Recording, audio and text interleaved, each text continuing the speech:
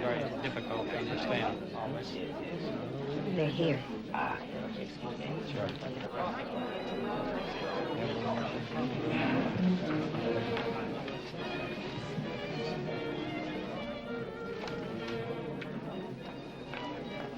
Martin, it's Adrian. been a long time. Louis. Hello, Martin. I'm delighted you could get away from the capital. Nice to see you again. Thank you. Well, I see the fire got you to do what I never could. Modernize the old place. It's charming. The larger part of the credit is to a very charming young lady who has excellent taste. Oh, young Mr. Cord's wife. Uh-huh. I'm very anxious for you to meet her. You'll like her, Adrian. Has your style. I'm anxious to meet him. If he's all you say is, there are a few ideas I'd like to put in your head before we go back. Or perhaps they're already there.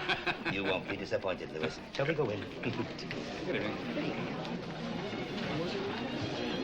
Oh, he's done it. What? Bagged his limit tonight. The Lieutenant Governor, Judge Chester, Carey, the magazine publisher, Malcolm Connors. Well, why not? Stephen's debut. He deserves it, right? Well, that remains to be seen. Clever, isn't it, the way the old man has larded all these glittering socialites here on the guest lists, just to mask the obviously political nature of the evening. Evening, Elliot. Oh, hello, Judge. Rodney. Hello, Your Honor. How about a little wine? Like it? You're aware that almost all the big shots here tonight owe your grandfather a favor in one way or another. Take, for instance, Judge Chester's son. You used to play baseball with him, didn't you? One June night, he had a little too much to drink. You remember that? Yes, that's right, and Grandfather got the whole thing hushed up. But the fact remains, Elliot, that whether Grandfather sponsors Stephen or not, Stephen has got what it takes. He'd make it on his own, and if he gets appointed DA, he'll do fine. Oh, he'll be appointed, all right. The presence of our second-in-command assures that. You're kind of down on him tonight, aren't you? Mm-hmm. I'm down on him, all right. Good evening, Elliot. Oh, hello, Mr. Peyton. Rodney, could I speak with you a moment? Of course. Excuse me, Elliot. Yes, listen. Rodney, I want you to go upstairs and see who's keeping Betty. Well, Stephen hasn't arrived yet. She's probably upstairs waiting for him. Stephen's long overdue. It's imperative that she come down immediately to represent their interests. The Lieutenant Governor's wife is very anxious to meet her.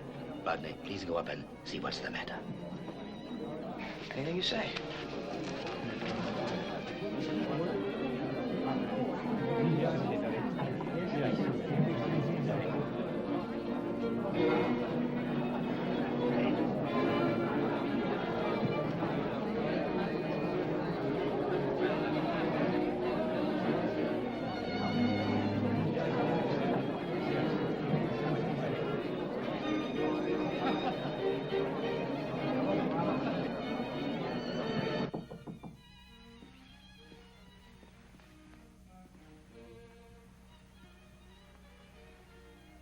Who is it? It's Rod. Hi.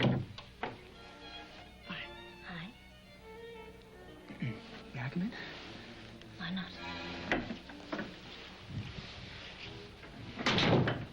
Well, the party's moving right along, Terrible hors d'oeuvres.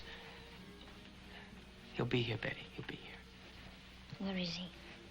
What happened in New York? Why is it all such a big secret? Well, he's back from New York. How do you know that? Well, Elliot Carson saw him late this afternoon.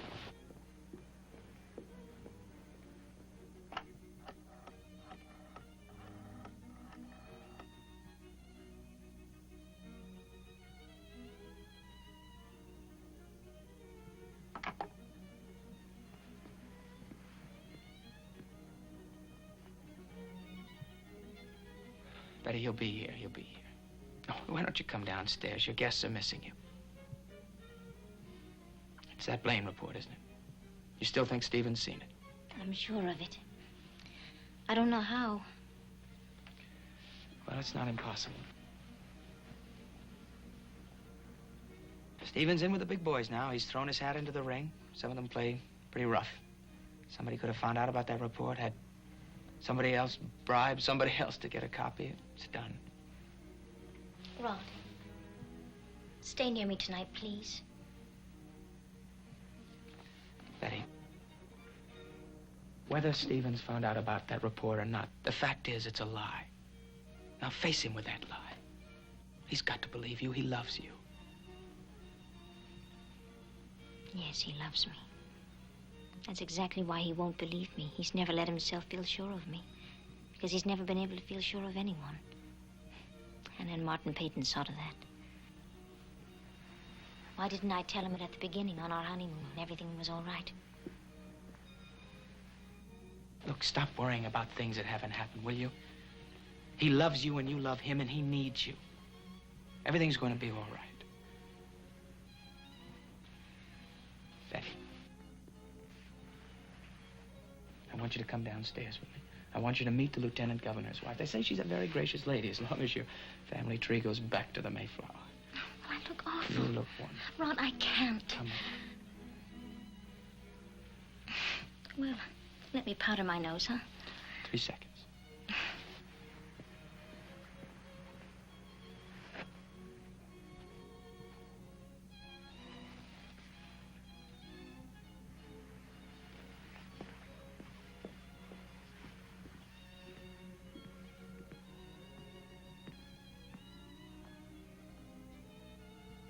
Beautiful, Betty.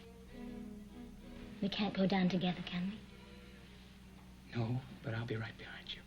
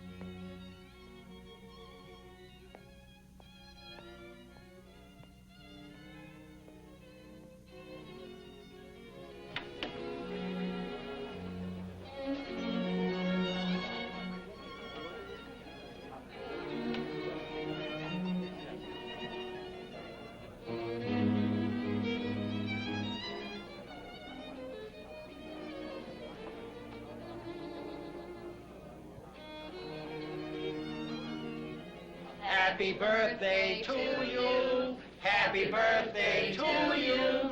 Happy birthday, dear Stephen. Happy birthday to you.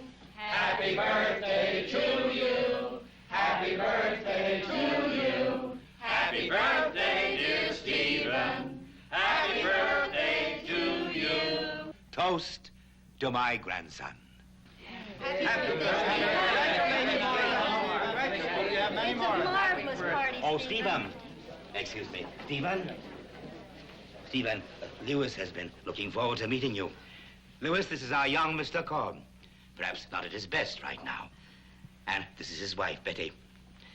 Stephen, I'm sure that the lieutenant governor needs no introduction. How do you do, sir? Judge Chester's been loud in your praises, young Yes, man. yes, he's been most kind. Only truthful. How was your business trip? Rather rough, I take it. Don't you think you'd better wash up before dinner, Stephen? No, I've kept our guests long enough. Oh, very well. My friends, you've been very patient. But before dining, I must ask your further indulgence. I have a present for my grandson. Edward?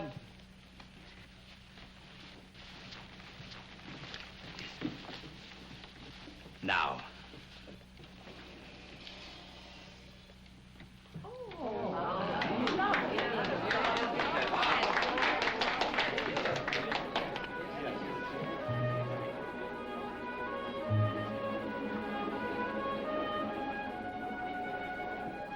This can only be a pale copy of the original, Stephen. But I hope you'll accept it in the spirit in which it is given.